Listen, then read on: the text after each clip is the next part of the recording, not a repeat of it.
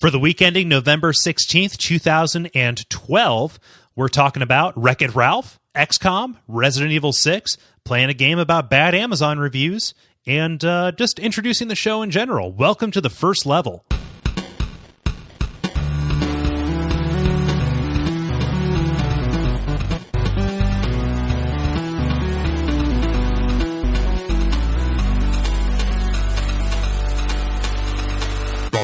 Hey, this is Cole Ross. This is Dennis Furia.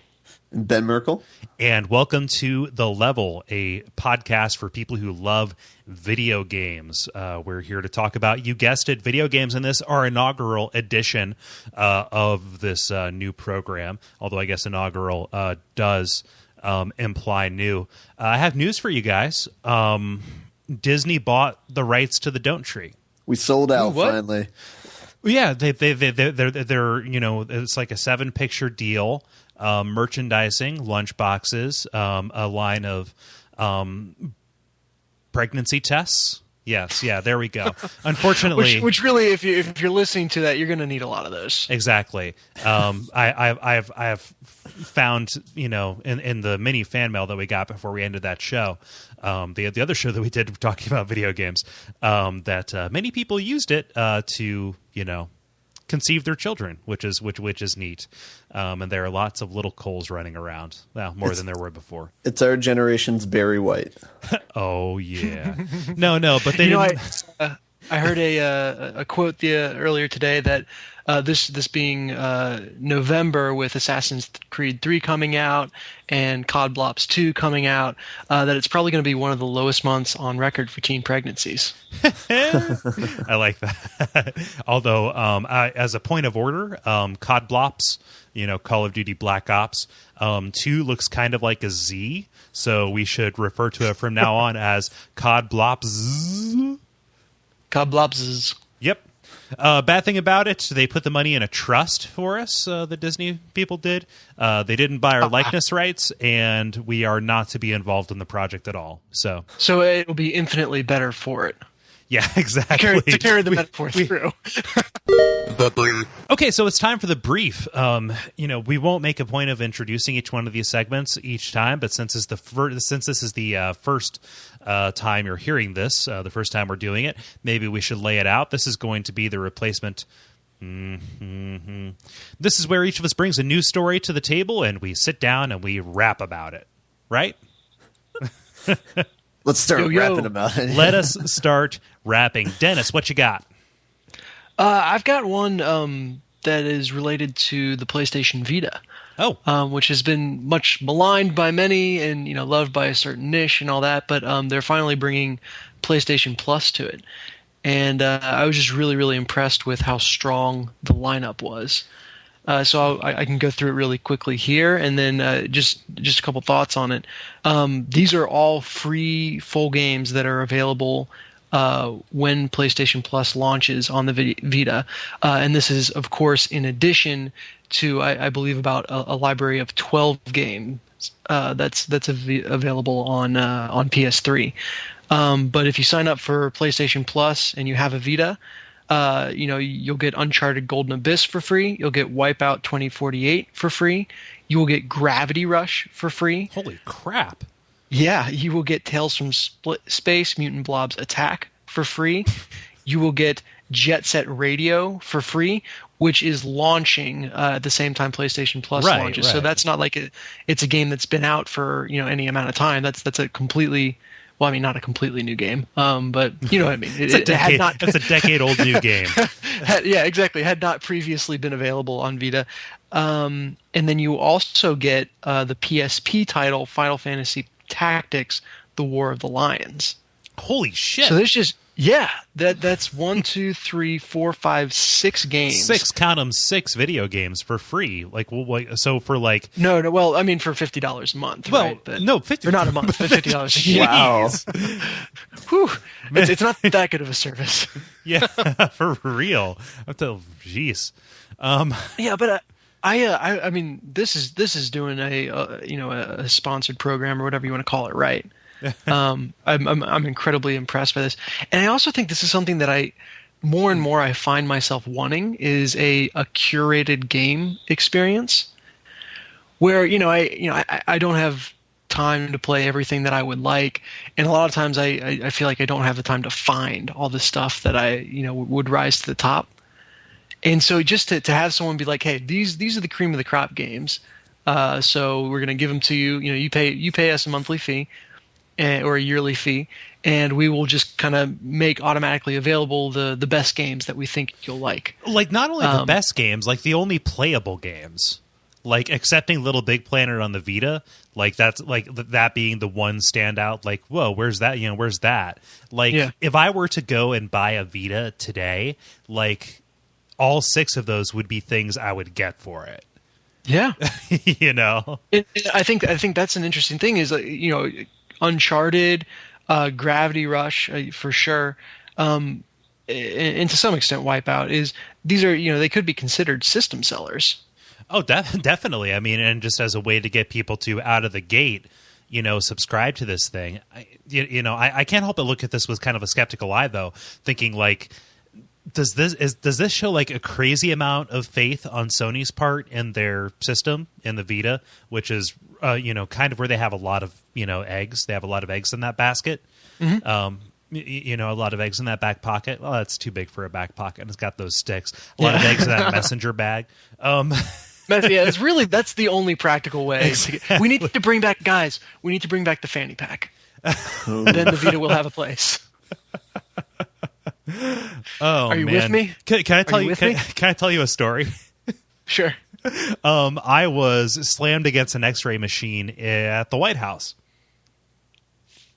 That's not a story. That's just context. That's a fact. It's the punchline. I think that's the hook for the story. Yeah. Yeah. Let's rewind. It was the year 2000. Fade to black 3 days earlier. Yeah. It was the year 2000. I was in Washington D.C. I believe I was 13 years old, and as a tourist and as a video game enthusiast, I was walking about with a fanny pack that contained my Game Boy Color, and I don't think I had any games in it. I think I just had the Metal Gear Solid game for Game Boy in there at the time. So really, that's all you need. Exactly right. So we go through the X-ray, and I pull out the thing here, just kind of like, hey, here's all this, and they see it's a Game Boy, and like the woman who was operating the X-ray like grabbed me by the shoulders and like pushed me against the X-ray machine and said, "Where are the game chips? Where are the game chips?" I was like, "What do you mean game chips? The game chips." The CDs. I was like, I only just have the one. It's inside there. Where are they? It's in the thing. It's in the thing. And was she auditioning for like a Michael Bay movie or something? Where's the microfilm? Yes. No. Was she working out some latent sexual frustration? I've got no idea. On a 13-year-old boy? Jesus Christ, Dennis. No. Wherever opportunity strikes. I mean. Yeah. Jeez. So anyway, that was my so fanny packs, a little bit of a trigger word for me. So I'm going to go rock in a corner now. But no, I guess what I was trying to get in with that is this them coming out and saying like, hey, sales are kind of meh, even though I don't know what the actual sales are, but like, let us really try and give this a shot in the arm. Yeah. It's got me on the verge of buying one. So. I think it that might be enough to get it on my Christmas list. Never buy first generation hardware. So I have something to kind of piggyback on this. Go for it. Yeah. I saw a post earlier this week from someone who has PS3 and has the PlayStation Plus membership, and he was saying that he got 8 free games, PS3 games, for free for the membership cost. Yeah. That he gets as long as he has the membership, and he got Resident Evil 5, Infamous 2, Little Big Planet 2, and Ratchet and Clank all for one. That's a thing. I mean, I remember us talking about that a while back on the other show, where we were, like I was saying, like I have a PS3 now, and like this is a way for me to get Little Big Planet 2, and then nothing ever came of it. Okay. Yeah. So now it's time for you to live up to that promise. No, and I think it's like I said, it's 12 total games on the PS3 now that you get. And you're exactly right. As long as you have the membership, you have access to those games. Wow. Here's the question, though. I mean, is it just one membership? So anybody who owned a PlayStation 3 and then had PlayStation Plus and bought a Vita, when this happens next week, the day after my birthday, is that is that like do you just get these games? So they just like does it descend like manna from heaven? From everything I can tell, yes, absolutely. It's one membership for both versions of Plus. Oh wow, that is astonishingly. It's pretty freaking awesome, right? That is astonishingly consumer friendly. Yeah. From PlayStation. Yeah. Yeah, right. from the racist billboard ad company. From the people who will give your, credit card information away. Yeah, that too. Yeah. Or by I'd repress that, but thanks. Or by omission. Hey, I went in there. I get alerts whenever your information is posted, and I went in and I purged the database. Dennis, that's the kind of friend that I am. I put on my special goggles. I jacked into the internet. Yeah, that's what they call it now. And I just went and just took it. It's mine now. It's mine, so it can't be theirs or yours. If I can't have it, no one can. Exactly. So anyway, moving on to the next story here. This is one that's kind of near and dear to my heart. Apparently, there's going to be a new game in the Mass Effect series. Oh, really? Yeah. This was announced this past Friday, so a week ago, by Casey Hudson, from BioWare. BioWare Montreal came out and said that, we're making a new Mass Effect game that, like Dragon Age 3, is using the Frostbite engine, which is the engine that powers Battlefield 3. So they're really going to be pushing the graphics in this one, which isn't a bad thing. Regarding like how this is going to fit in with the rest of the series or compare with it, the studio director for BioWare Montreal, Yannick Roy, I think that's how you pronounce this. Said it'll be very respectful of the heritage built over the course of the first 3 games. With the original trilogy now concluded and the switch over to a new engine, we are exploring new directions both on the gameplay and story fronts.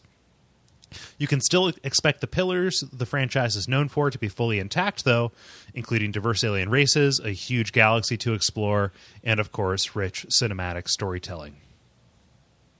So, there you go. That's going to be happening. There's no kind of like launch window or story specifics that have been put out, but yeah. This has me worried, dude. I cringe because I think of Dragon Age 2. Did you ever play that? No, I never got around to playing it, but just from reading about it, from seeing it, it just felt like, well, and you played it, so you can tell me the final verdict. From what I remember, though, it just, they tried to experiment with it in ways that just really didn't work out that well. It's funny because they Mass Effectized it, which isn't a bad thing, It's good. They gave it the radio conversations. That's perfectly fine. I thought the characters were really good. Everybody that you had in your party, they were great. It was classic BioWare. It was fantastic. The only thing that history doesn't look kindly upon it for is the fact that every level is the same level. Like the reuse of assets and like the reuse of actual like layouts of the caves and stuff that you go to. Like, it's egregious. And the fact that you spend so much time in that one particular city. And, I think that was, a direct result of the shortened development time on that game. I mean, Dragon Age 1 was in development for 7 years. Like, it was announced right around the same time that that BioWare put out Neverwinter Nights, just saying like, hey, we're doing this as a, as kind of a follow-up, kind of a D&D Baldur's Gate kind of thing, but with our own IP. Awesome. Great. We're going to love this. And then it never came out, And then Dragon Age Origins came, and it was pretty good. And then they churned 2 around in 2 years, So, which is some games, especially in that genre, they just need more time to marinate. They do. And, Dragon Age 3 is not going to be coming out until, I think, fall of 2013, something like that. Like, it's going to be next generation. Oh. It's going to be like PlayStation 4 and Xbox, whatever they're calling it, Durango.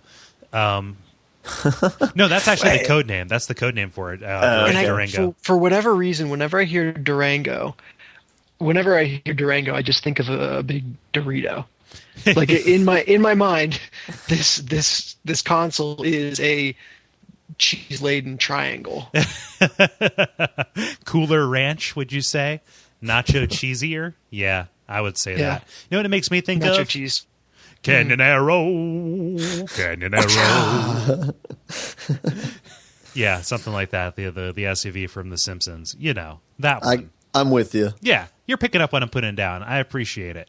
But no, I mean it's gonna be coming out, and Dragon Age 2 came out in January of 2011. So with this one being delayed into roughly the middle of 2014, that gives them 3 years. And and they know what they did. Like, fool me once, shame on you. Fool me twice, people are going to be like looking and spot checking all the stuff they show to make sure no assets are being reused, right? Yeah, exactly.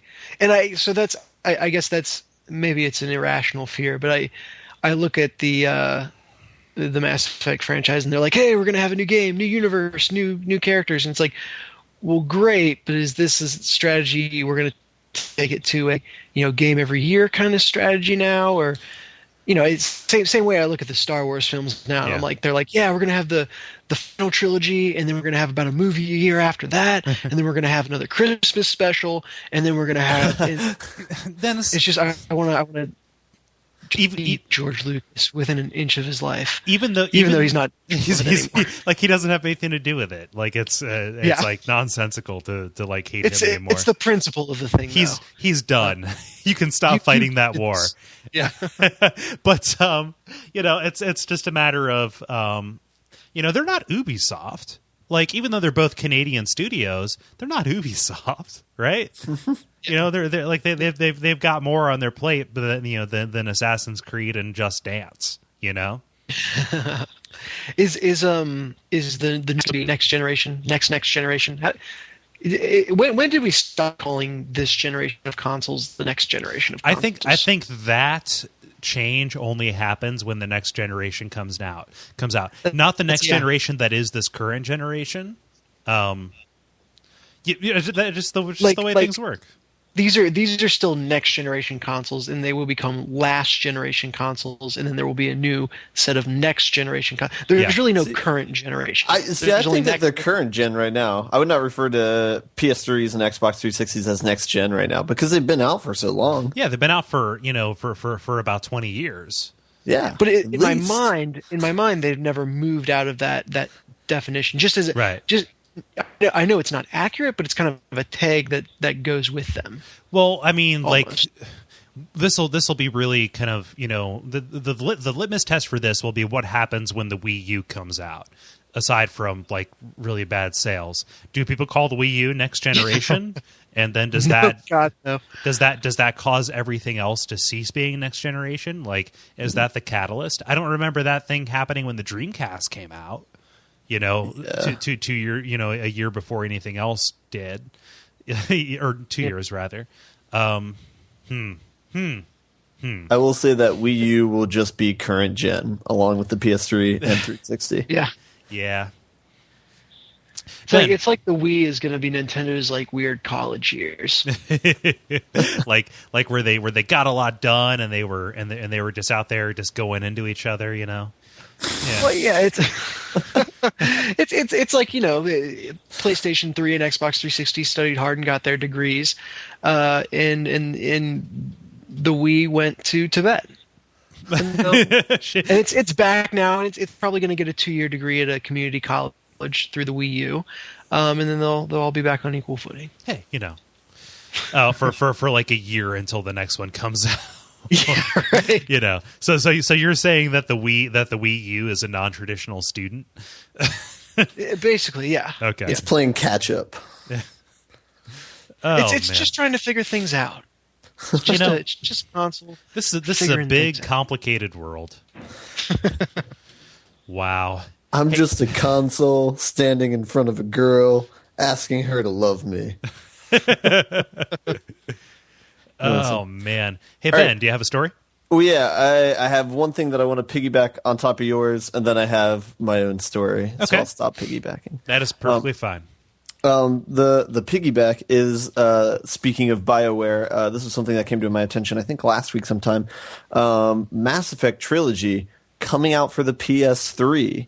So I had not heard about this, so this was news to me. I don't know when they announced this. The Mass Effect Trilogy is already out for PC and 360, so you can pick it up today if you wanted to. So it's all 3 games bundled into one game. But it's coming out for PS3 on December 4th, so it's still got a couple of weeks before it'll come out. Didn't they say like Mass Effect 1 would never ever come out for PS3 though? Yeah, they said that a year ago, but apparently things have changed. Yeah? Yeah. Nice. So, I mean, they must have bought the publishing rights back from Microsoft. Yeah, I assume so. I don't know how I feel. I feel somewhat bittersweet about it because on the one hand, I was kind of looking forward to skipping Mass Effect 1, but we'll see what happens. My advice for now that, you have no excuse. My advice for that remains the same as my advice for Dragon Age 1. Which is put the difficulty down to easy and coast on by, my friend, because all you're there for is the dialogue. I guess so. There's so no shame in that. Maybe that's how I'll do it. And then the story that I brought this week, a somewhat current event.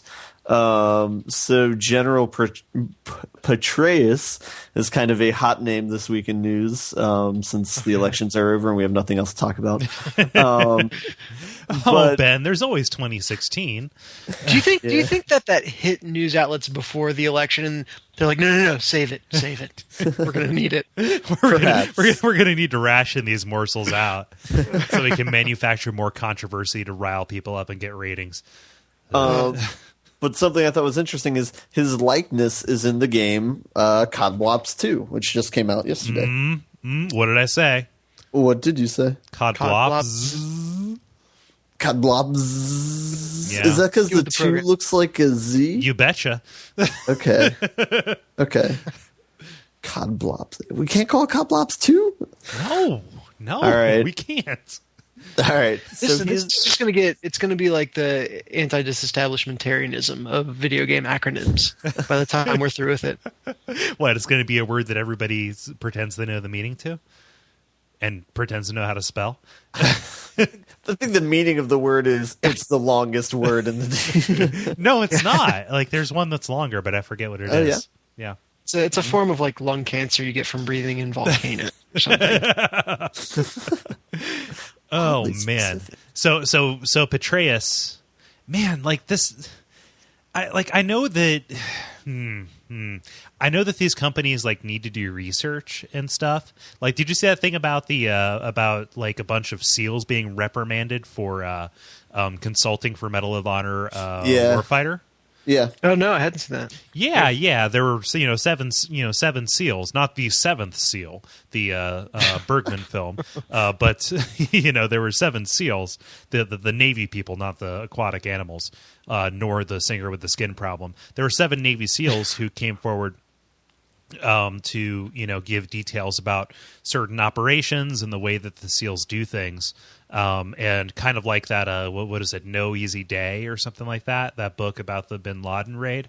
They're like, dog, you can't like go and like say this to everybody. So I don't know if they were proprietary information. They're giving me money for it. I know, right? Why do you hate our troops? Why don't you want them to get paid, America? No. But there's also like a bunch of weird stuff. Like, didn't Oliver North consult on a couple of games too? like noted war criminal Oliver North. I really think he did. He consulted on like Homeland or something like that. Homefront. There we go. Yeah, Homefront. Huh. Yeah. Oh? I may be lying. A lot of these games are pretty much the same. Yeah, basically. What's you said? Petreus his likeness is actually in the game, though. Yes, his likeness is in the game. So is he a character? Or? Yes. Okay. He is playing the Secretary of Defense in the game. And he's not subtle about his ambitions. And Codblop that takes place in the near future. Yes. Hey, he should have some hope. He's going to be vindicated for this affair. That's right. Yeah. Maybe the public will re-embrace him. So, if we've learned anything it's from Bill Clinton, it's that screwing someone is far, far from the death. Yeah. I don't know. That's funny. Like, just so did he consent to that? Like, did he come in and voice himself? I don't know. There's so many questions that I have. Oh man, military. I'll send you a link to the news story. Okay. The Grind. So this is The Grind, where we talk about games and culture that we have been taking in, etc. I would like to, at the start, kind of talk about something that all three of us enjoyed over this past weekend, because it is very, video game related, which was the Disney film Wreck-It Ralph. I'm on a Wreck-It! Yeah. I think it was pretty spot on. You get that? No, it was good. That. Yeah. Starred Steve Brule as Wreck-It Ralph. You dingus. I'm trying so hard not to hit the bell. I keep it in front of me because it makes me stronger to not hit it. But no. I thought it was a pretty good movie. How about you guys? It was better than Skyfall, in my opinion. Really? Ooh, wow. High praise. Yes. I've heard good things from people about Skyfall. James Bond watching people die dispassionately aside. Yeah, that was my complaint with the movie. Well, I've heard Ben. You're on record as saying it's Daniel Craig's best Bond movie, right? Of Skyfall? Yeah. I mean, it's on par with the other two. I mean, if it's better, it's not much better. It wasn't that distinct from the other two, but I mean, it was well directed. I will say that. Cool. So. Yeah. Wreck-It Ralph was really well acted, though, I thought, or more precisely, well cast. Like, you don't see like a cast full of character actors succeed like that. Mm-hmm. Even Toy Story, it's like, okay, we'll have like Tim Allen and Jim Varney and stuff like that, but we have Tom fucking Hanks here. Yeah. So, carrying the plot on his back. Exactly. Like Atlas, that man is. But this one, I mean, you're talking about Jane Lynch, talking about, Mr. Character Actor. God, I can't call him Steve Brule, John C. Reilly. You've also got like, Kenneth Branagh, who is like the one notiest of the one note character actors, delightful though he may be, playing like perfectly to his type as the do-gooder Fix-It Felix Jr. or whatever, and then Sarah Silverman. Yeah, see, I thought Sarah Silverman is definitely a character actor, but I thought, and sorry, I'm going to say John C. Reilly, right? John C. Reilly, yes. Yeah, sorry, for some reason I was blanking on the name. John. I thought and he's a character actor in a lot of movies, that he plays Wreck-It Ralph. He's was remarkably well rounded and just a very three-dimensional character. Although we did not see it in 3D. We only saw it in D, as it said on the ticket. That's what it did, yeah. No, he, John C. Reilly plays like a big dumb goof really well, Yeah. But and I think that was the thing, though, is it wasn't just big dumb goof. But that's the Pixar story in all of us. But I almost lost it at several beats in the story. It was just overall really, really good. Yeah. And I won't lie to you, like I kind of went into it like looking solely for the video game homages. Like I want to see Bowser in a Disney movie, like that'll be pretty cool. but like most of that stuff was pretty much like in the first half, and like the second half was like, okay, we're going to leave that stuff aside and we're going to go into this, one particular world narrative. And, yeah, into this one like fictitious game. Right. And, it held up pretty well, but you have to admit, like those like little Easter eggs, they were pretty cool.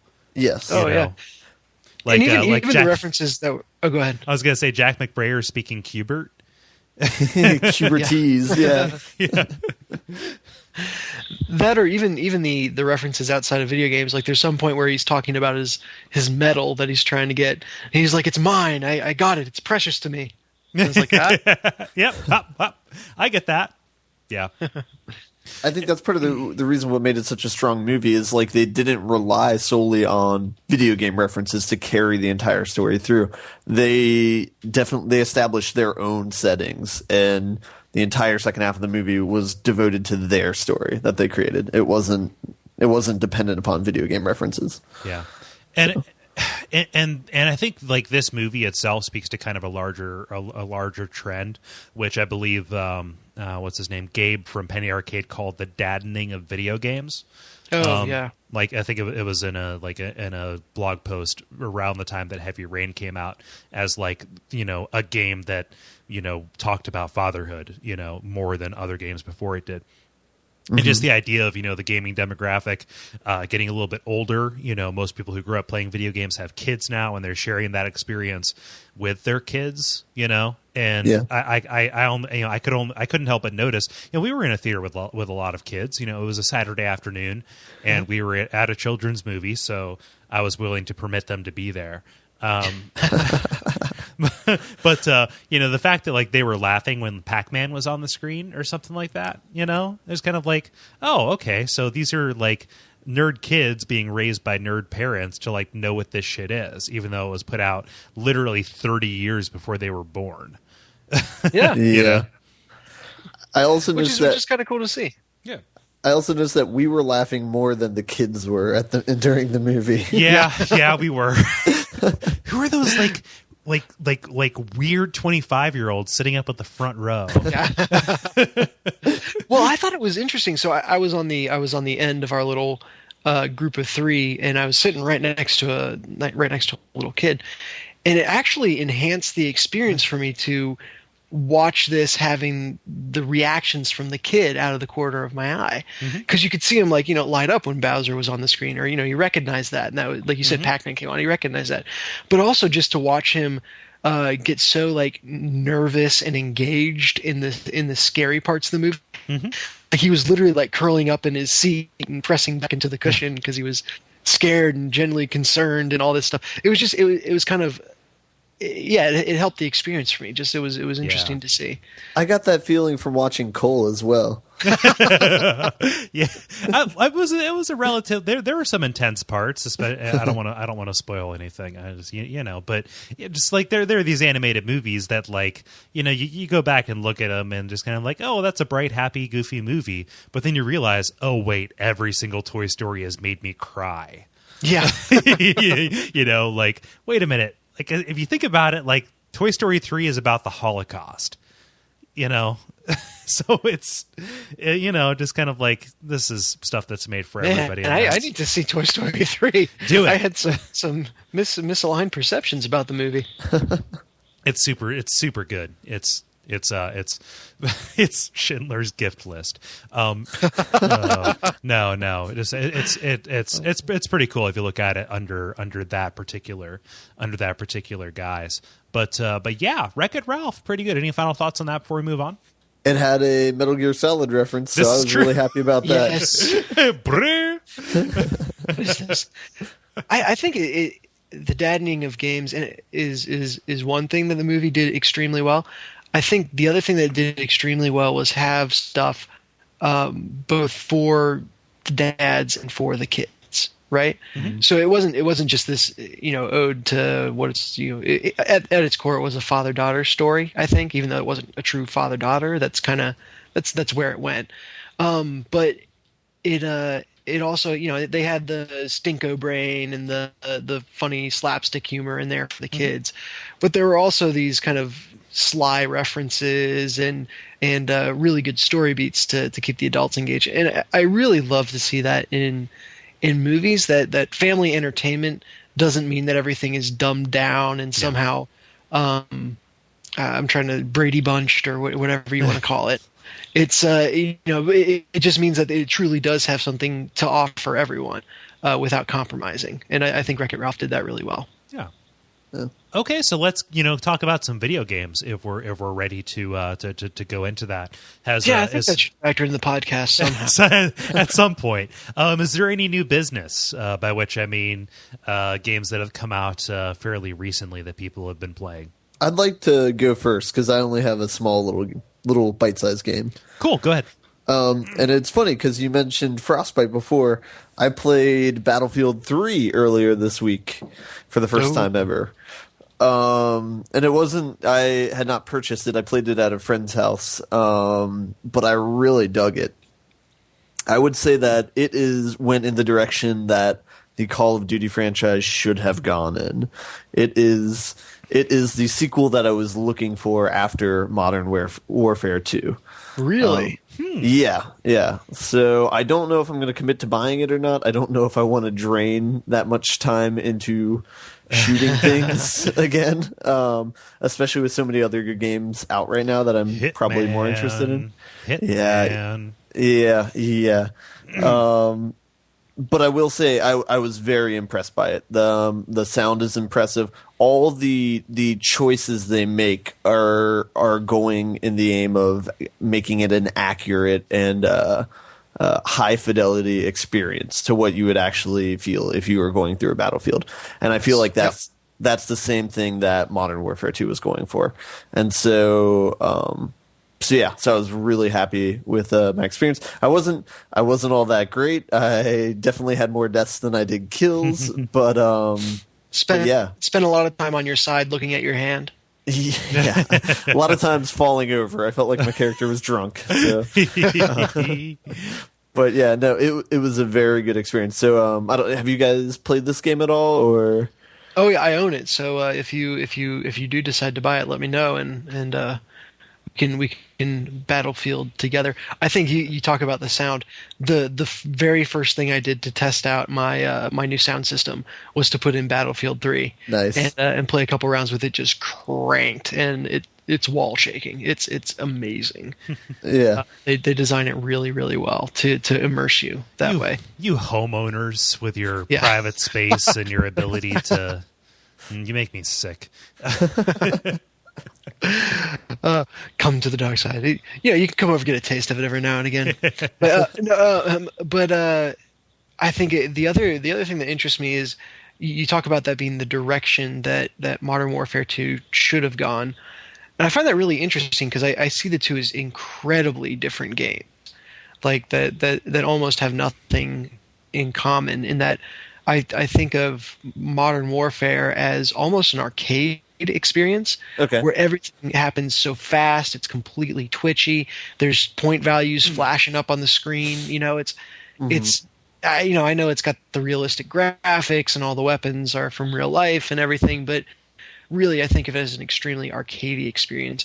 Whereas Battlefield 3 feels to me slowed down to almost the nth degree, and like you said, trying to be as much of a simulation as possible while still being a game, first and foremost.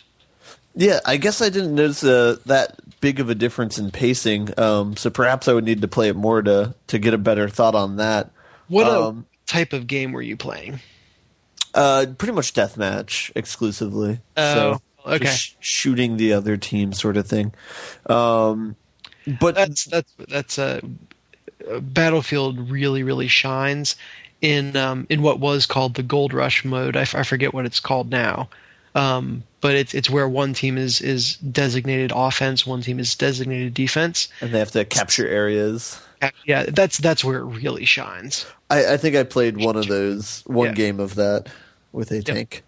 But with a tank. The reason why I draw the parallel is because the thing I'm contrasting it to is COD Blops and COD Blobs. Yes. and basically every iteration of Call of Duty after that, just where like the mentality is, what gun would be really cool, or what experience would be really cool looking, or what set piece could we play the Rolling Stones to? Like those are the type of game design questions that they're asking, and it's like really, I don't know, not interesting. Like it's kind of id sort of warfare. Whereas, I mean, I see what. I feel like with Battlefield 3 and with Modern Warfare 2, they're trying to give you an honest look into what it's like and as far as a warfare setting, and they're going for accuracy. And I think that's that should be much more prized than trying to create like a badass experience, if you will. Yeah, and so with Battlefield 3, how you mentioned immersion, like all the maps kind of are designed for immersion, where you might be on one square fighting one another, but if you look beyond in any direction, there's something happening in every direction, whether it's a city being sieged or, something on fire, So, I mean, the map itself is interesting without any of the gunfight by itself. You could just spend time looking around, and it's really interesting. But then on top of that, all the guns are supposed to be very realistic in the sense that they have bullet drop, where you have to aim above the person you're shooting at so that the bullet will drop and hit them, depending upon how far away you are and what gun you're using. Just making me even worse at sniping. It makes it adds a wrinkle to it for sure. But also the fact that they have destructible environments where if somebody shoots a rocket launcher at a wall, the wall will take some damage and adjust to that. And I think that definitely makes the experience more interesting, the same way that in Modern Warfare 2 they didn't have houses or anything that were destructible, but cars were destructible, transformers were destructible. There were a lot of interactable things in the environment, and I think that's how it is in Battlefield 3 as well. So, yeah. That's interesting. Let me know. One warning, stay away from the campaign. You're going to be tempted. You're going to say, I'm going to play it on easy and I'll just breeze through. Stay away from the campaign. Don't touch the stove. Yeah. Touch the stove. Yeah. So anyway, that's the only game that I've played this last week. It's really interesting. Don't know if I'll pick it up or not. I have my sights kind of set on Assassin's Creed 3, surprisingly. Oh, wow. I know. For as much as I've spoken against Assassin's Creed 2, from what I've read and seen about Assassin's Creed 3, it looks pretty good. So I might go for that, maybe. Pro tip, man, day after Thanksgiving always drops to $35 at the Best Buy. Okay, I will keep that in mind. Worked for me on the past 3 Assassin's Creed games. Yeah. Revelations, Brotherhood, into. Is it Brotherhood or was it Broho? No, we called it Ask Creed Brohood. Okay.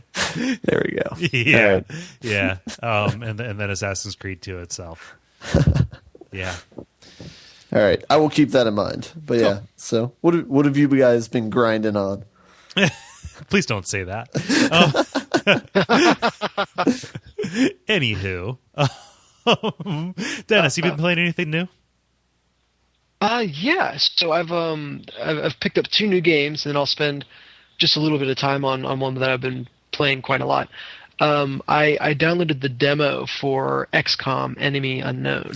Oh, you were talking about this. Yes, it is phenomenal. All 15 minutes that I played of it. When I say 15 minutes, I mean probably about an hour and a half for what should have been 15 minutes. I have this weird relationship with turn-based strategy games where every second that the game allows me to take making a decision, I will take. So XCOM doesn't give you any sort of time limit to make your decisions. It's completely turn-based. So I sat there and puzzled out every possible strategy and thought through all the options on what was essentially the tutorial level. But damn it, I got all my men through. And it's no man left behind. That's right. I really think I've got a soft spot in my heart for this kind of game, the turn-based strategy. What other games in the genre have you played? Have you been a fan of? That's the thing. Is I really feel like I have very limited exposure, but I know I like it a lot. So the two that I can think of would be what is it? What is the name of it? It's the Atlas game. I only played a little bit of it. It's like a PS1 game. Like Vandal Hearts? No. Shit. All right, I'm blanking on that one. But the other one, and this is kind of an RPG, but Final Fantasy X, where it wasn't an active time system. It was a totally turn-based system. Yes. Yeah. I really enjoyed that. Is the game, is it turn-based strategy or is it real-time strategy? Like, no, it's turn-based strategy in kind of the view, the way you interact with it is what you would expect out of a real-time strategy game, where you're kind of at that kind of overhead view looking God perspective. Yeah. And you're moving around your units, although I think you're always limited to a team of 4, which makes it manageable, because in the games where you're managing squadrons and squadrons of units, I tend to get a little overwhelmed. But you kind of for each unit has a certain number of actions they can take, and then their turn is done. And then the enemy gets to do all their moves. So essentially, you kind of decide how to spend your actions, and then the enemy makes their moves, and you progress forward in that manner. But there's just it's got a great atmosphere to it, in that the idea is to kind of simulate what would happen if aliens invaded, and kind of recreate that sense of being outmanned and overpowered, and kind of having panic spreading, and forcing you to make tough decisions where you're damned if you do, damned if you don't. And I think the game sets that atmosphere very, very well. At the same time, giving you all the time you need to think through those decisions, right? Which is so nice. Which gives more weight to them, honestly. Like if you're just making a decision, in the heat of the moment, you can kind of write off whatever happens with it. It's kind of like, oh, I was panicked. But if you're given time to think about it and it goes bad, you have a lot more like reason to beat yourself up because you didn't think it through. Yeah, I think it says something about the game. Like I've heard just kind of hearing about the game through various channels that it is definitely slanted towards a very, very difficult experience, and that like even the easy mode is too difficult, so they're actually going to patch it to make the easy mode easier. Which kind of for those who are just joining this group. I love to play on the hardest difficulty available. Like I just enjoy doing that. Like, so that kind of caught my attention. Let's be fair, Dennis. You don't only enjoy playing on the hardest difficulty available. You like getting every trophy associated with doing every single thing in these games. And I just like the feeling of just despising you guys for not. I think that's called superiority. I just love feeling better than you. You clods. No, but I think it says something about a game when in the actual tutorial, every single one of your squad members but one dies. Right, and that's just unavoidable. Did this demo have any of like the world map, like managing different countries level of panic kind of stuff? Only at the most basic level. So it gave you one decision. It was like, hey, look, we've gotten 2 calls for help. One's in China, one's in the U.S., and you can only respond to one. See, that's where I would like lose my shit is, in on that screen, trying to like manage, the world itself. The battles themselves would almost be secondary. Yeah, everyone like me. Everyone be happy. Please. Everybody like this podcast. How do you make it through Mass Effect then, Cole? It's kind of like The Walking Dead. You're never going to make everybody happy, Yeah. It's like The Walking Dead or that one Modest Mouse song. But deep cut. So yeah, man, that's another one. That's on my $40 or less watch. Yeah. So that's one. Oh no, XCOM itself. Oh, okay. I see. Yeah. So I've also been playing an old PlayStation 1 game, Parasite Eve.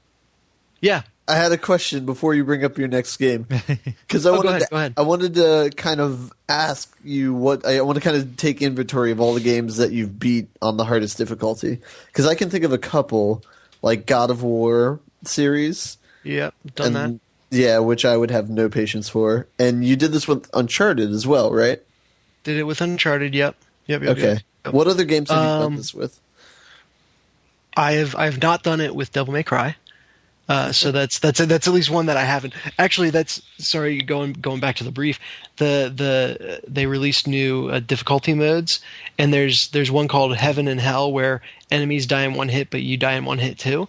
Oh wow! And then there's one called Hell and Hell where enemies take the normal amount of damage, but you die in one hit. I saw that, I was like, yes. What game is this for? Is this for the collection? The new Devil May Cry. Oh, okay, yeah. Yeah, so it's like the first special difficulty mode has like more difficult enemies. The second most special difficulty mode has more enemies and more difficult enemies and more enemies. The third most difficult has both of those, and both you and the enemies die in one hit. And then the fourth and most difficult has all of those things, and only you die in one hit. That sounds terrible. Yeah, that sounds like the opposite of fun. Sounds awesome. I feel like games have developed this new like sadomasochist sort of difficulty level ever since Dark Souls came out. Like, it's not that hard, you guys. I'm not gonna support these games anymore. I don't like that direction of video games. Can't everybody just have fun? Modern Warfare and Battlefield Bad Company. I did not do the campaign in Battlefield 3 on the hardest difficulty, but Modern Warfare I did on the hardest difficulty, and in both the Bad Company games I did on the hardest difficulty.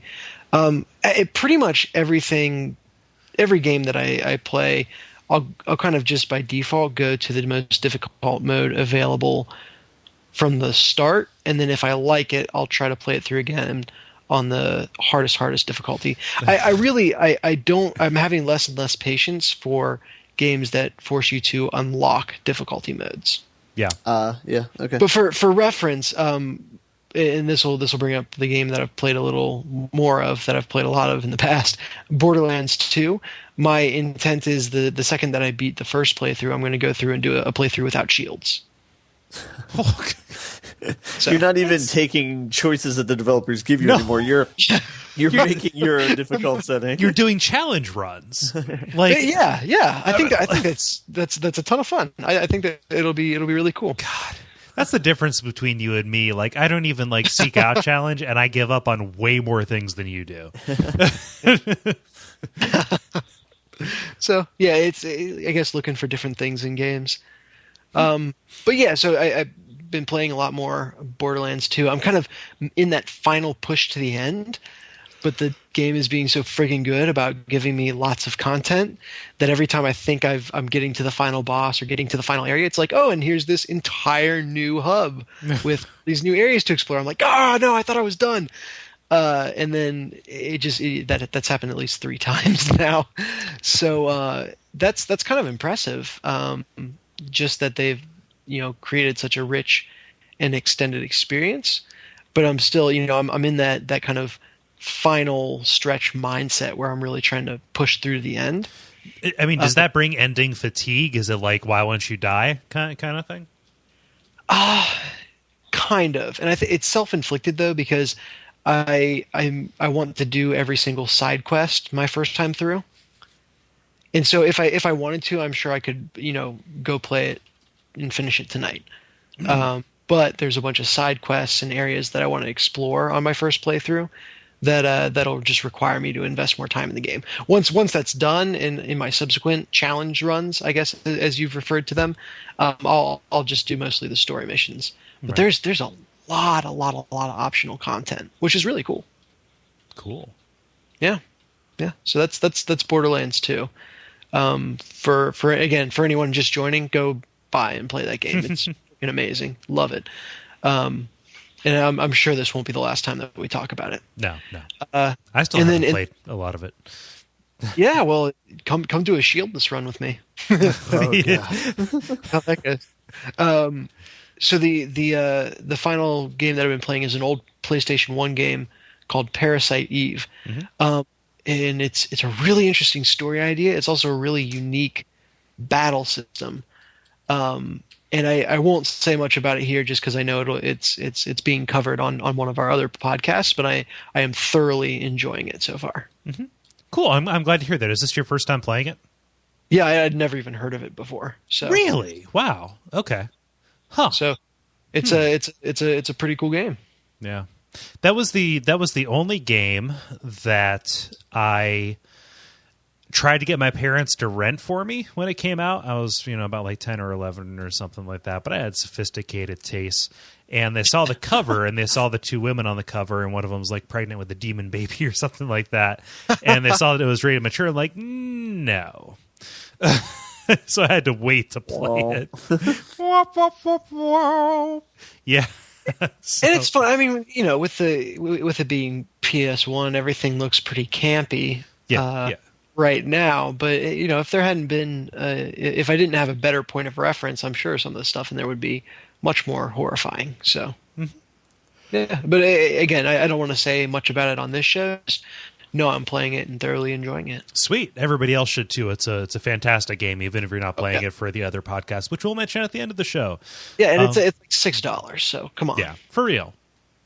FFR for freaking real. So, anything else from your quarter, Dennis? No, those are the 3 games I've been playing. Okay, sweet. I'm going to blow through a couple of iOS games before we get to the meat. Mm-hmm. Okay. Have you heard about Curiosity? Yes. Yeah. Let's start with this question. At this point, assuming that you've played it, do you have any intention of going back and playing it? No, I do not. Okay. So for people who don't know what Curiosity is, you should really look into it. No. So you should be more curious about Curiosity. That's the joke. Okay. Anyway, no, it's... I don't know what Curiosity is, so explain it to me. Okay. It is a game that is developed by 22 Cans, which is the new studio created by former Lionhead dude Peter Molyneux.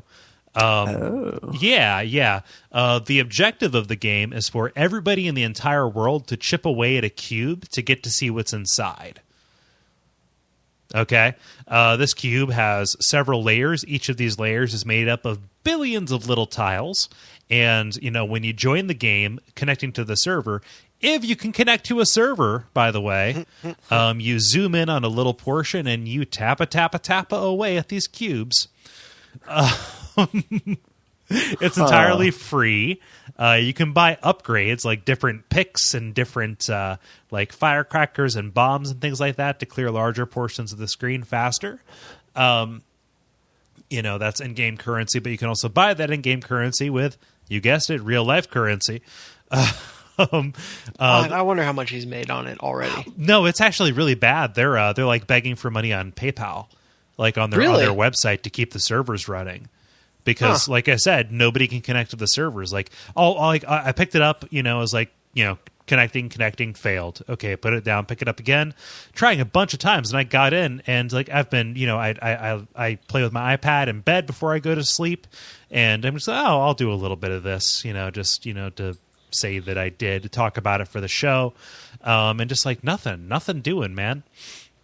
But like the premise, the premise is that like even though everybody chips away at this cube and gets rid of all the layers and stuff like that, only the person who like clicks the last tile of the cube gets to see what's inside of it.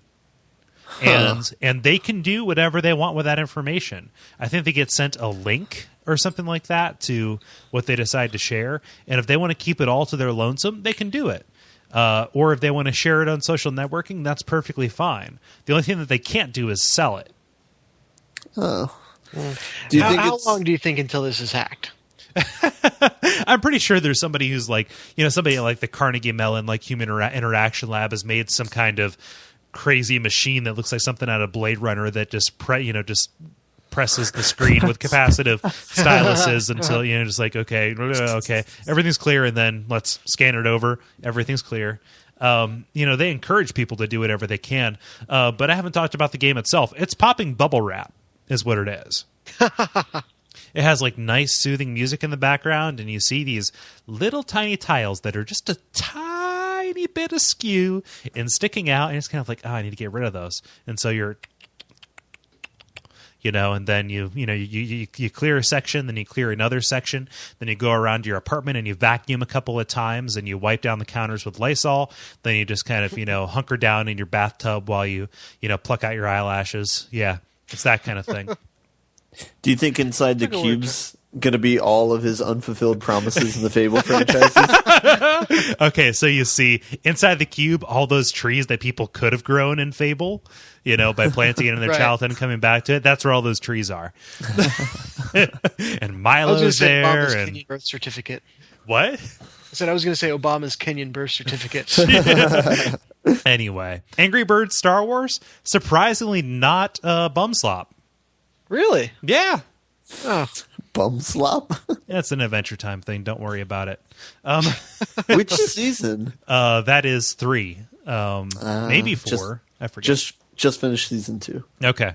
Oh, you're about to get the lemon grab. Sorry. You're going to have to put up with that for me for a while. No. But yeah, Angry Birds Star Wars. I mean, I've not liked, Angry Birds, like even when it was, relatively small and Rovio was, not making t-shirts and mouse pads and selling them at Walmart with their characters on it. Like it felt a little bit too like random to me. Like you just fling this thing and you have like a little bit of control over where it goes, but like, okay, he hit this thing, but he bounced in this weird way and it didn't fall over. And, now this pig is protected by like 15 layers of rubble and I have to restart. And the powers didn't really work or whatever, but like I like the presentation. That's okay. The graphics, it's pretty charming. But when you take this and you put it in the Star Wars universe, that presentation value gets like upped for me in a way that I couldn't have expected before. And also the powers are very, very well considered, I think. So like the 2 that I've seen so far, you get Obi-Wan Kenobi. Like it follows the original trilogy, which is well advised, I think. Oh, so there's actually like a story to this one? Think like Lego Star Wars, how they tell the story in like crazy little cutscenes. This does it in okay. Angry Birds like comic book panels. And the birds are the rebels, and the pigs are the Empire. But like it goes from movie to movie. So the first level or the first set of levels are Tatooine, and like you start out like your basic bird is Luke, and then you meet Obi-Wan Kenobi, who has like force push. So as he's flying, like over something or around it, you can press in like a direction of something you would like to knock over, and it does a force push to like kind of like give it a little bit of a nudge. And then halfway through the first set of levels, the bird Luke, gets his lightsaber. And so as you're flying towards these barricades, and they, the levels change at this point because like, okay, we're going to give you bird Lukes. And like you can actually cut down obstacles as you're flying by them. So there's this element of timing that's brought into it as well. And yeah, it's pretty freaking sweet. Nice. Yeah. That's I always found Angry Birds just completely infuriating. Yeah. For the reasons you laid out at the beginning. Like that just made it a complete non-starter for me. I mean, I figured it was like enough of a like, okay, if you're going to try this hard to pander to me, I can give you 99 cents and not buy a Coke Zero today. Yeah. So, so it's like, okay, one thing's one thing and the other thing's another thing. And if not, I can just delete it from my phone and, I'm only, 99 cents poorer. So it's got my time. It's got our time on the show. Check it out, especially if you've been skeptical about the game in the past. I know that I have, and it's enough to get me curious about it. So you're saying you have curiosity? Yes. That's what's at the center of the cube is Angry Birds Star Wars. Oh, great! That is a great cross promotion. If you have an Angry Birds game on your iPhone, when you launch Curiosity, it gives you a certain number of birds that you can fling at the side of the cube to knock tiles away. Synergy. Or no, it's Angry Birds Star Wars Episode 7. That's what's at the center. funny. So anyway, moving on to games that are not on phones. Real games. to the real video games. Am I right, fellas? Oh man, we're a bunch of dudes. Yeah. So, I hope. I think at least. You know. Fairly certain. So anyway, been playing since we last convened in our private talks. I have beaten Virtue's Last Reward, the Zero Escape game for the 3DS. And that is really good. It's a visual novel / escape the room game for the 3DS. It is the direct sequel to 9 Hours, 9 Persons, 9 Doors, one of my favorite games of the past 5 years or so, along with Dark Souls and all these other things people are really, really tired of me talking about. It's one of those weird kind of situations where I can't say very much about it without spoiling it.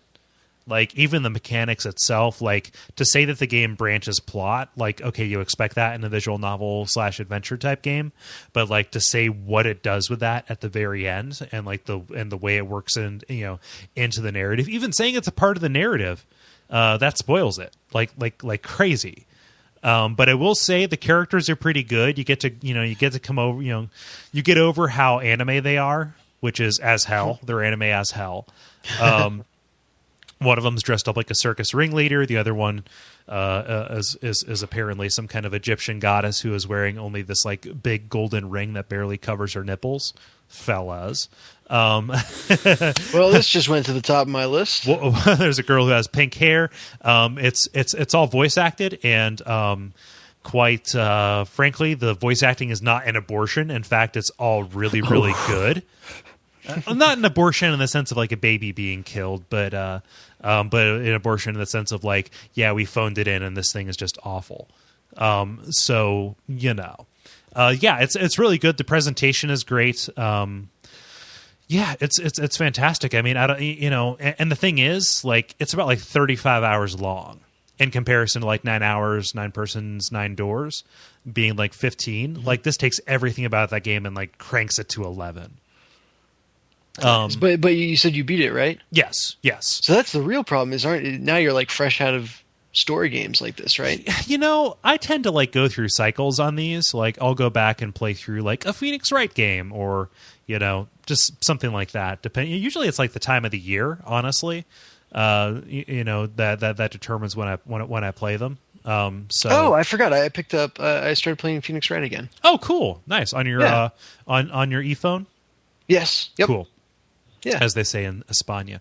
So yeah. But anyway, that's all right. My time is up. No, yeah, I just play a little bit more. Like get towards the end and let me know what you think. It's a 7-year-old game, so we can talk about it. Sure. And with relative abandon. Although everybody, like, you can go buy this game. It's like $5. You don't have to hunt it down on DS anymore. It's a known thing. Anyway, the final game that I've been playing, if you don't have any more questions about Virtue's Last Rewards, buy it. Buy it to make sure that they make the sequel that they promise, because I want it. Yeah, I was going to say, if you haven't played 9 Hours, 9 Doors, is there any point in going to Virtue's Last Reward?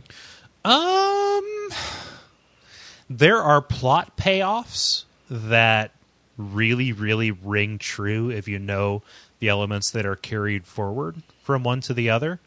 And I would say that 999 is relatively easy enough to get a hold of. Like, if you have a 3DS, you can play DS games on it, and it doesn't look as much like ass as I expected it to.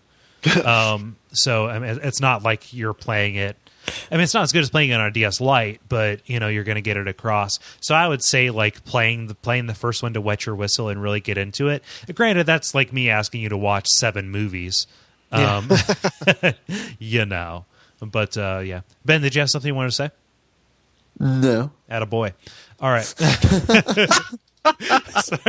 I heard you I heard you inhale sharply as though to interject something. So no, I forgot to breathe. Okay. And so I realized I needed to do that. Yeah. Cool. Final game that I'm going to talk about today, because we are going a little long. Although this is a new format. We can let it breathe if we want to. Nobody's stopping us. Don't hit the stop button. Sleep deprivation, mate. Don't hit the stop button, please. Don't pause this, please. Hey, if we go to midnight, we can wish Ben a happy birthday. Oh! He remembered. Yes, I did. So, anywho, looking at Resident Evil 6. I'm interested in this. Yeah.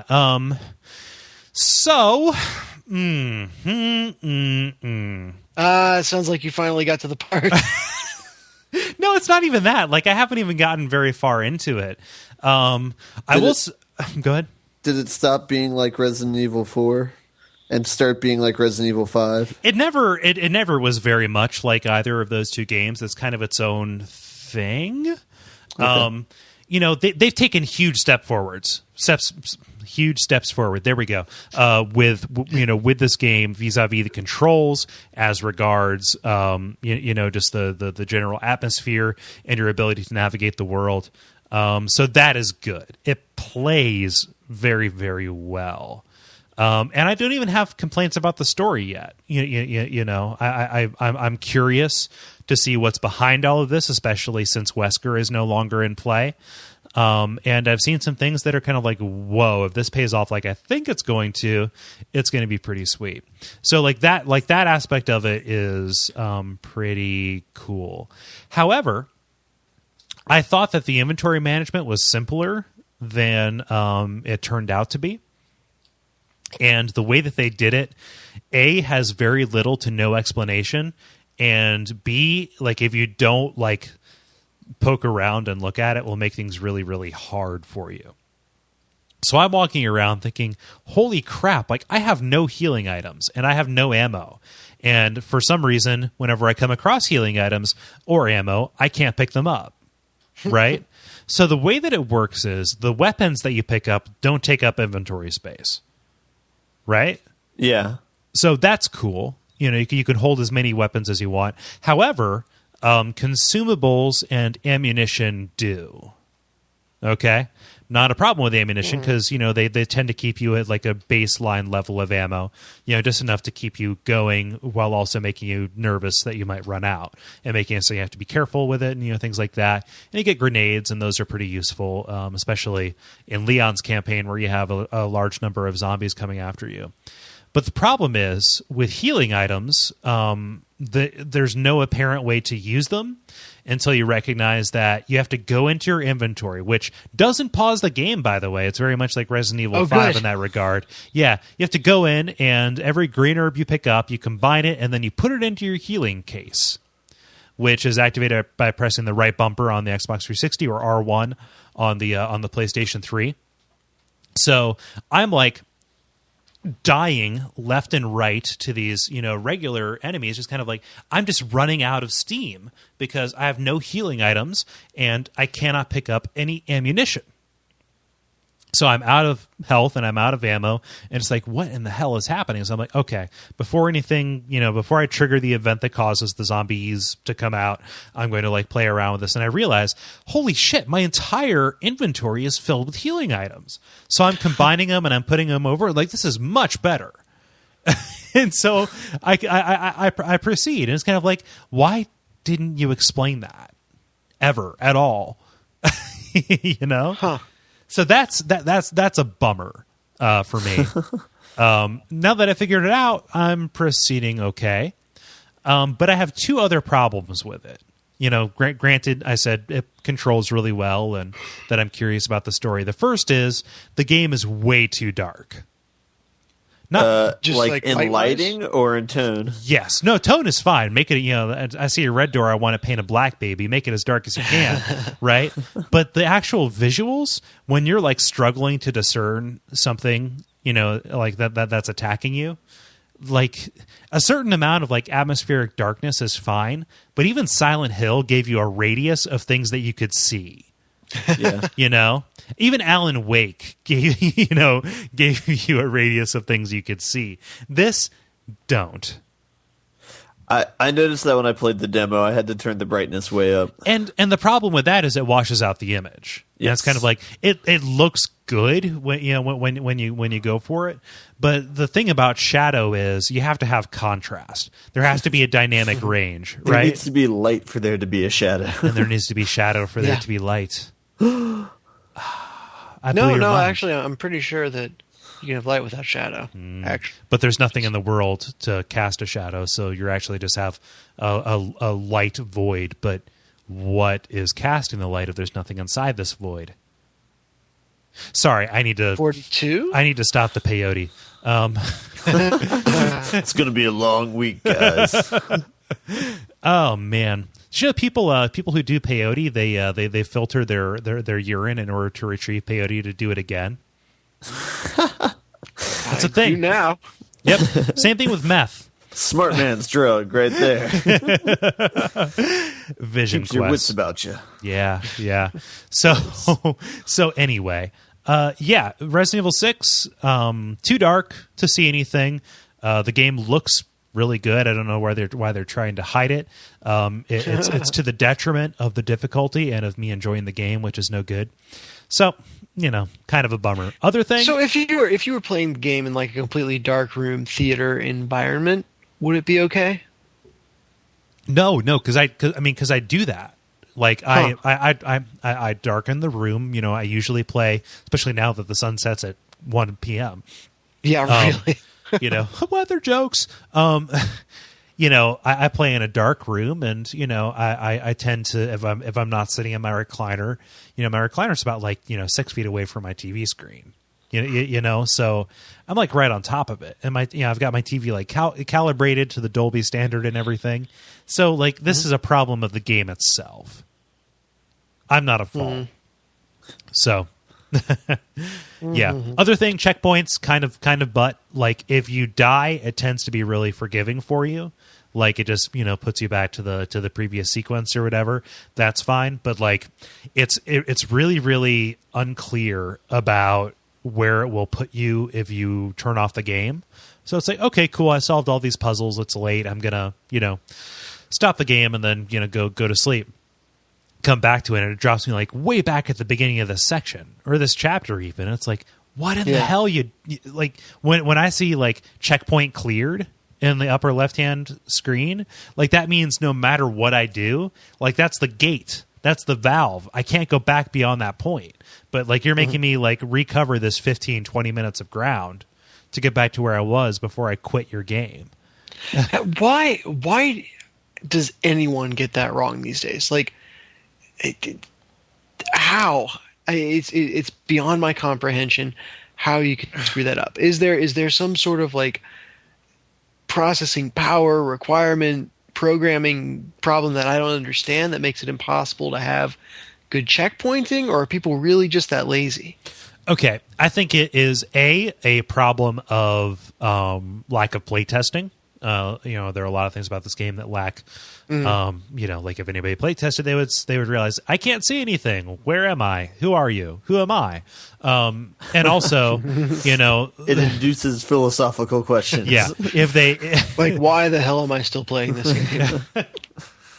Yeah, so there's that. But there's also the idea of this might be a concession to the fact that they had to put it online.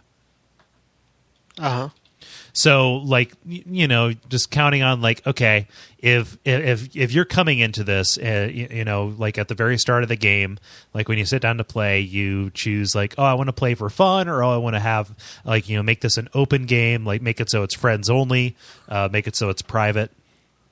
Bunches of different things like that. Oh, gotcha. Okay. Yeah. So they, and then you go through the matchmaking and you bring somebody in. So all that I can think of is they want to make sure that everybody's brought in at the same point, which I guess kind of makes sense. But it's if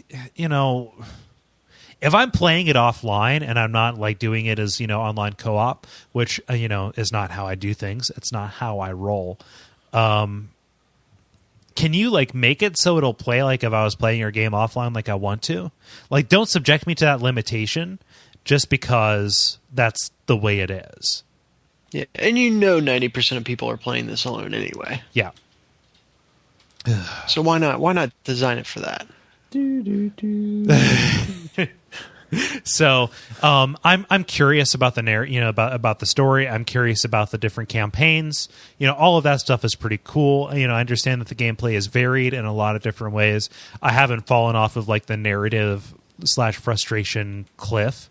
I'm bugged by the trend ever since Resident Evil 4 for like the lack of conservation of mass. It's just kind of like, okay, I'm going to shoot this dude, or this person's going to go through this transformation, and all of a sudden they have like a 50-foot long tentacle, and these weird like crazy tumors are going to pop out. I'm like, where did that come from? Like, did you absorb biomass from around you to like to make that? No, they're just incredibly dense. They each weigh about 3 tons each. It's like, for real, dog. That's why they shamble so much. So that's it.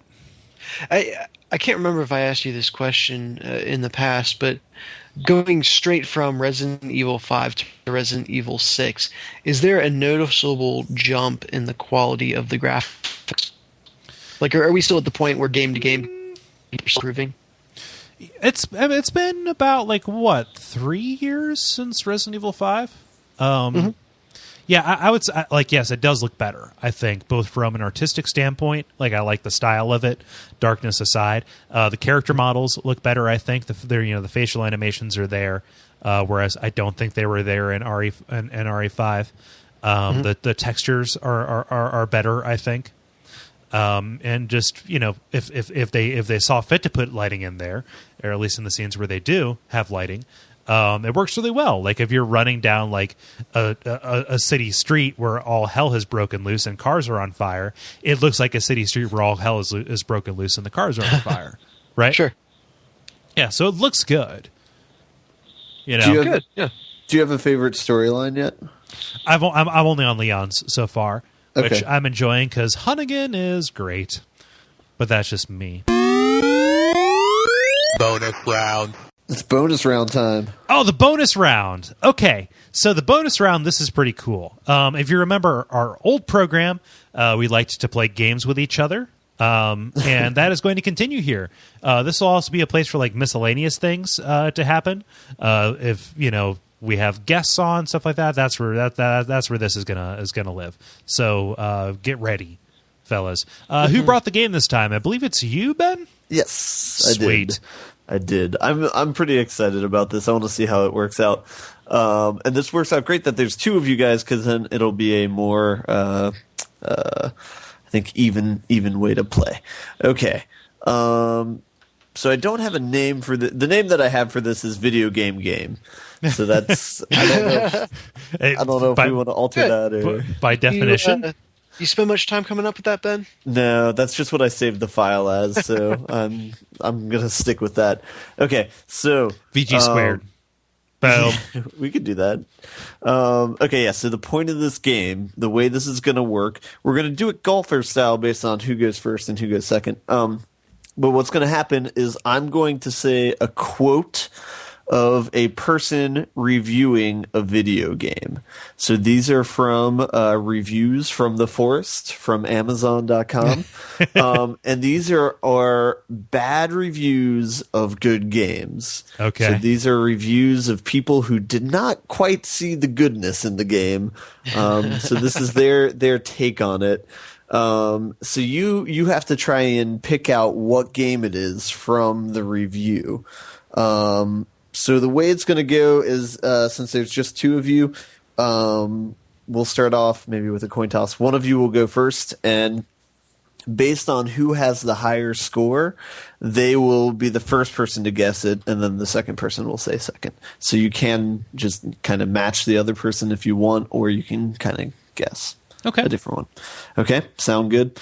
So we'll play golf rules based on who goes first and who goes second. Does that make sense? That makes sense. I think we should determine who goes first by picking a number between 1 and 10. Okay. I have it. I have a number in mind. So okay, Dennis. 6.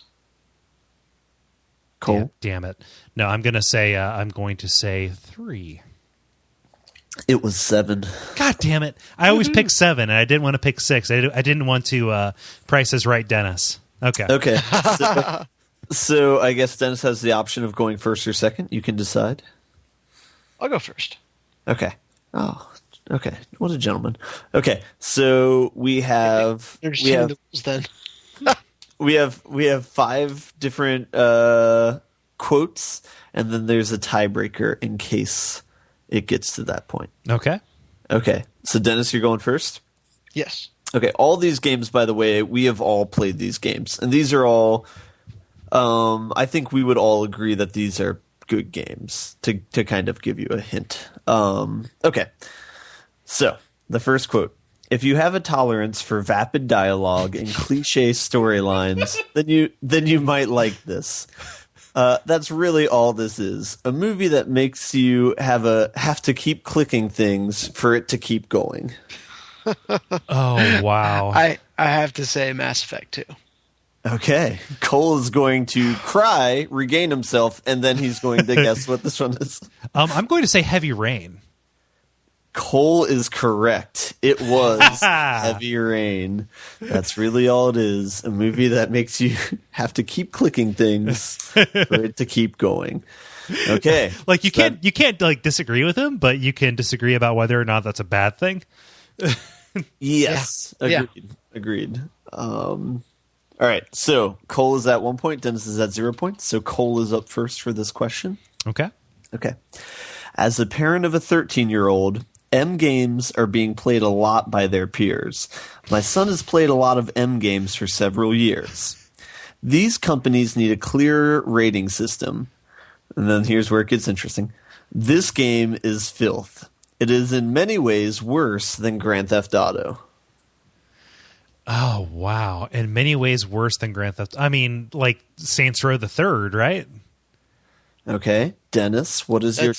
That's straight where my mind went. Saints Row the Third. Okay. You are both correct. So it is now Kole 2 points, Dennis 1 point. Okay. All right.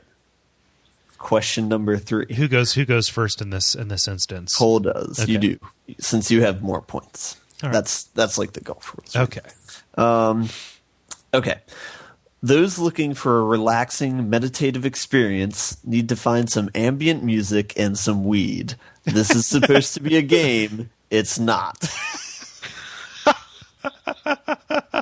What? Would you like me to read it again? No. Okay. Some weed and some ambient music. I'm a fan of ambient music. Don't like the weed so much. I get a sense that I like this game because I like relaxing games. All that comes to mind is Dear Esther. Journey. Dennis picks up a point. Oh, man. Wow. Okay. I would have accepted Journey, Flower, or Flow. It was written about Trilogy. Yeah, itself. the collection. So, yes. But you could really say that about any of those games. Yes. Okay. All right, so it stands 2-2. Dennis is going first. All right. This game's single player is okay, but kind of repetitive, and the toilet humor isn't even that original. The co-op was awful. It is just a mad dash to loot anything the players can. That's got to be Borderlands 2. I can't disagree with Dennis. I mean, all I can think like loot and toilet humor. Yeah. All right, you guys are both correct. It was Borderlands 2, so it now stands at 3-3. All right, so I need that tiebreaker. Yeah, this is question number 5. So if either of you pull ahead here, you will win the game. If it's a tie after this, we will go to the tiebreaker. Okay. Okay. There were a few laughs, and it was worth playing, I guess.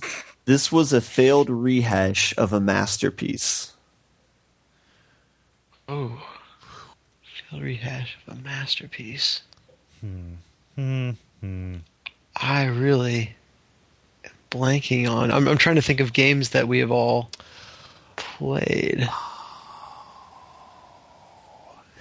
I got nothing. I'm going to say... Ratchet and Clank, A Crack in Time. Okay. Portal 2. Kole. Oh! Oh, it's so obvious. Damn it. He comes up from behind. Oh. Can you do me a favor, Ben, and read the tiebreaker? I will. Just as a victory lap. Sure. Yeah. This is a funny one too. So the tiebreaker question, not that it matters now. It's cool. It's a clear one. It's unpatriotic. The original was set in the middle of American Midwest at a deep underground U.S. government facility. This latest game is set somewhere in Europe and gives us a multi-ethnic love interest. Just put the damn thing back in the U.S. of A. Half-Life 2. Yeah, it's Half-Life 2. But it wasn't set in the Midwest. It was in Arizona. The American Midwest, that's kind of. I guess, are we the Midwest? Yes, kind of. We're at the very eastern end of the Midwest, although Cincinnati is basically Appalachia. I mean, we should be referred to as the Mideast, right? I mean, geographically speaking. Geographically. Am I right? Am I right? These gas prices. Multiplayer. I'm going to do a little placeholder thing here for multiplayer, which is our section for listener interaction. Being that this is the first episode and we need to actually have listeners to have listener interaction, we're going to leave this as kind of a blank right now. But we're going to give you discussion questions, and you can write in listener mail, all that. That is where this lives. So it's like none of our listeners can see into the future. Damn you for being not clairvoyant. Worst fans ever. Yeah, you guys done we fell really off. need some clairvoyant fans. The end boss. Time for the end boss, which is where we kind of give our final opinions for the week, something that's on our minds, just a real brief, like, hey, something to chew on until we come back next week. What have we got in our minds, Dennis? All right, there are two presents that I expect to get for Christmas right now. One is a new microphone, so you should be hearing a drastic upgrade in my voice. The second, as per the beginning, is probably going to be a Vita. Oh wow, cool, nice. Yeah, so I mean, you're gonna do the PlayStation Plus thing, right? I'm on that tipping point, man. I think as long as the wife doesn't shut me down, as long as Santa will bring it, I think that's moved to the top of my list. Yeah, awesome. So, wow.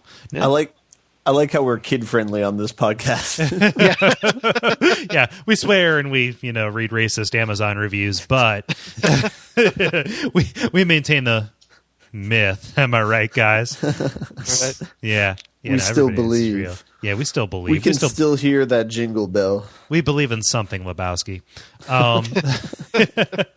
No, the Vita, it looks really good. If I've been hesitant, it's just because I've wanted a 3DS first, and also because of the whatchamacallit, the whole first generation hardware kind of thing.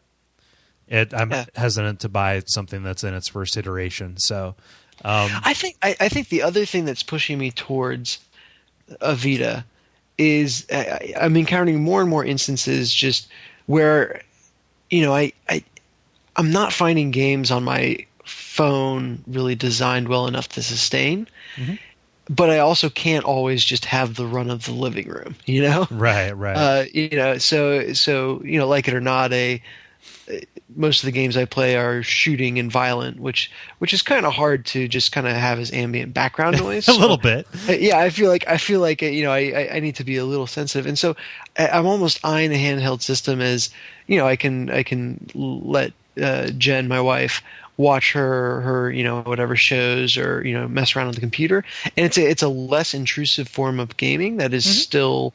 I hate this word, hardcore. Right? Handhelds, man, you gotta love handhelds. They're fantastic.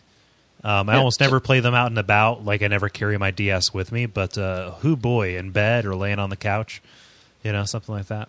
Exactly. Pretty much, if I'm laying, supine, I will be playing a DS or playing something on an iPad. So, yeah. How about you? How about you, Ben? I have a question. Did you just want to say supine with that last sentence? Yeah. I don't blame you. Would you prefer that I say prostrate?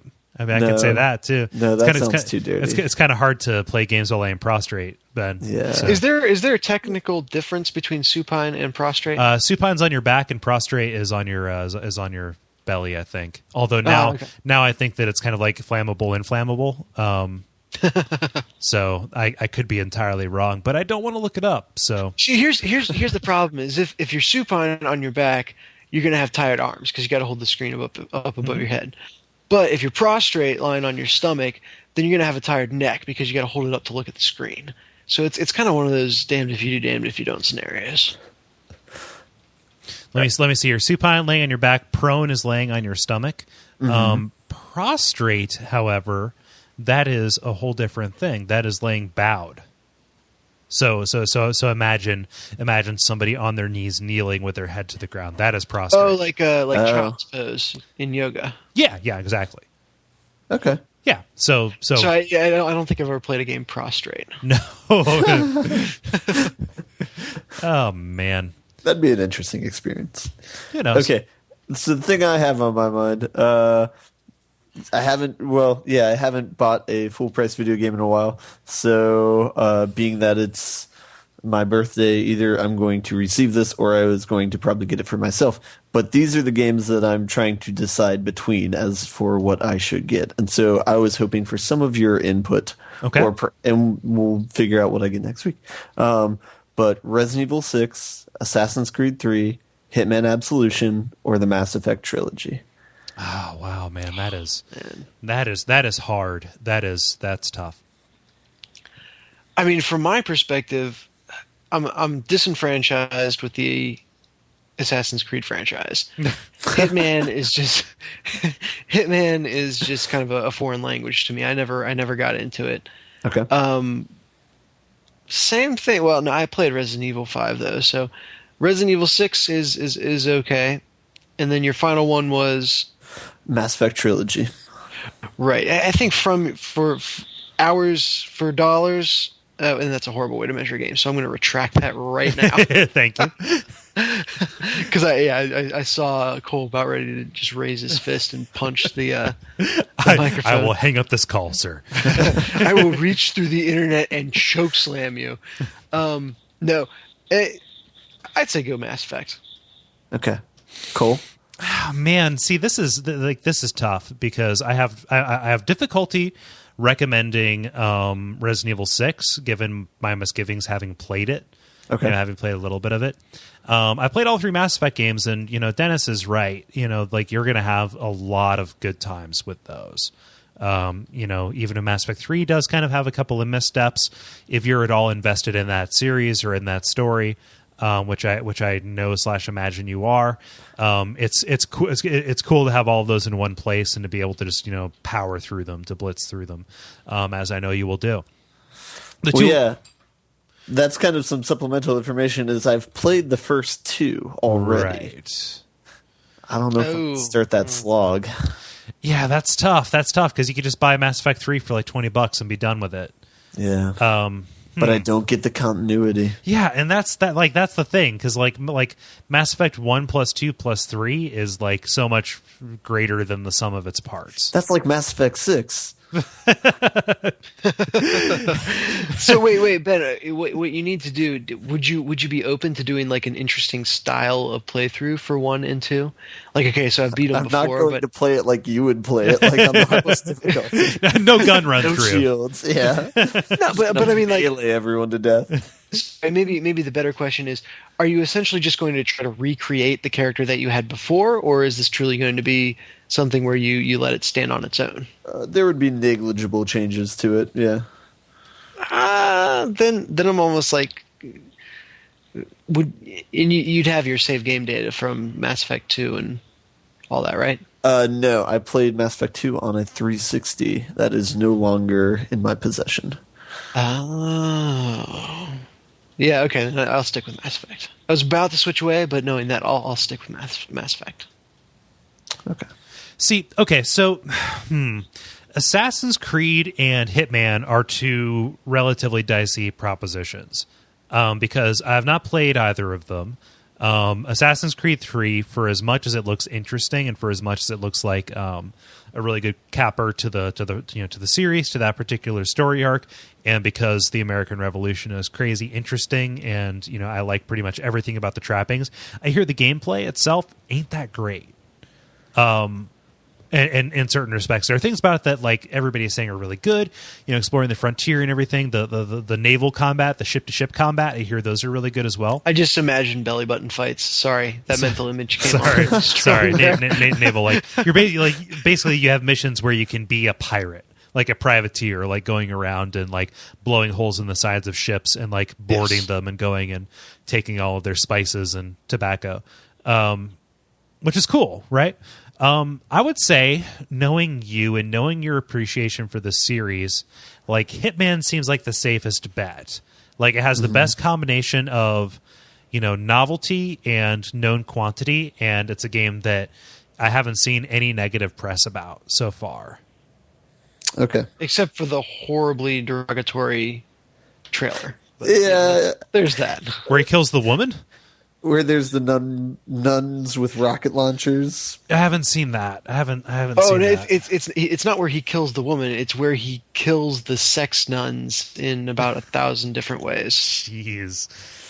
Yeah, I just what was the soundtrack to that? I forget. The bodies at the floor. Yeah, probably something like that. Yeah, that's kind of gross. It's one thing when you stumble into that and it's like, yeah, they're idiots. It's another when you look at it and go, yeah, they probably did that with the express intent of getting negative press.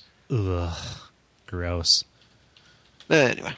So that's what I would say, and I'm not just saying that because I want to hear you talk about Hitman, not Blood Money, Absolution before I play it myself. Ulterior motives. Okay, cool. I will keep that in mind. And then finally mine, what's on my mind right now is that I think that this new venture of ours has been incredibly successful so far. That's one level down. Any number of levels left to go. So I really hope that everybody listening has enjoyed it as much as I am listening. I hope that you guys are enjoying it as much as I am. But this is cool. This is fun, and I like it. It's on the level. Cool. Sorry, I had to get one in. No, it's fine. It's fine. It begins. The credit. Now it's time for the credits where we talk about boring admin stuff, and we'll try and get it out of the way as quickly as possible. Right now, there's very little that you can do, so we're going to hit the basics. You can subscribe to us on Facebook. You can leave a comment, a rating, or a review, any of those particular things. It's really important when a show just like first comes out to hit that as hard as you can in support of us.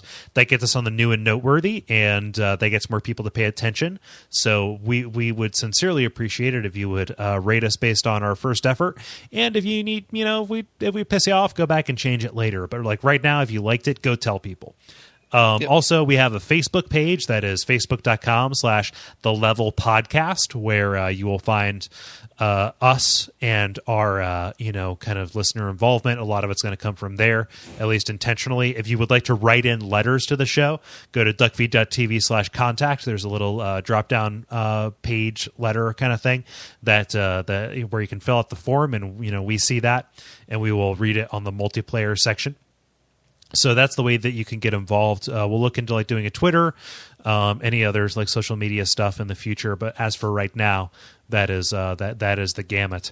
Otherwise, check out Duckfeed.tv/The Level for all of the information about the show, other episodes. Keep your eyes peeled there for any details. Check out the other shows on the network. If you're interested in our previous body of work, the extant episodes of Stand Under the Don't Tree and Riddle Me This, our old show, are still available. So if you're curious, you can go back there and hit the backlog, as it were.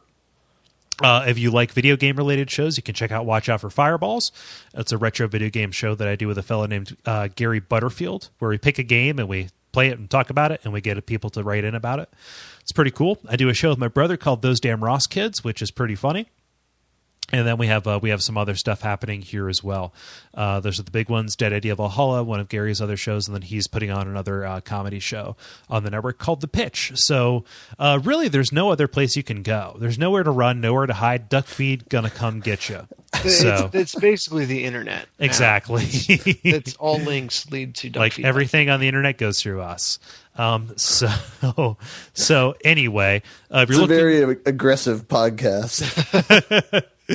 Oh God, it's spreading. It's like the map from Outbreak. We're just creeping across. Today, Cincinnati. Tomorrow, Ohio. Sunday, the world. So if you'd like to support our eventual consumption of the entire world, you can go to duckfeed.tv/tipjar, where you can find our Amazon link. If you're going to be buying things over the holidays, if you're going to buy any of the games that we're going to talk about, use our Amazon referral link. We get a little kickback. Doesn't cost you anything extra. We also have subscription options on the right side of the page there, where you can sign up for that. We really don't want you to do that. We just wanted that as an option and instead of PayPal, because PayPal is literally Satan. So we're going to be doing that from now on. So don't be afraid of that. Although really just buy stuff on Amazon. That's enough for us. Anything I'm missing, fellas? That was a lot of me talking. Stay awesome. Yeah, do it. So anyway, I am Kole Ross on Twitter.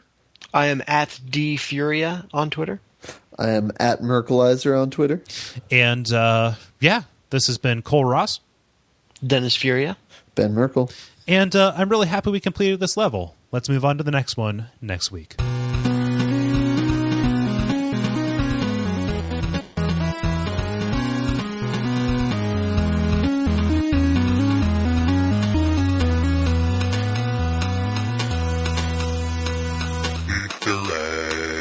Just so everybody knows, that's not an opinion that I legitimately hold. Ben, did you know Cole's not racist? Because I totally thought he was racist. This is like, I was listening to this show, like I saw it on social networks and stuff. Like two of the dudes are pretty cool, but the dude who talks the most, he's like wicked racist. I'm 90% sure you're racist, Cole. Anyway.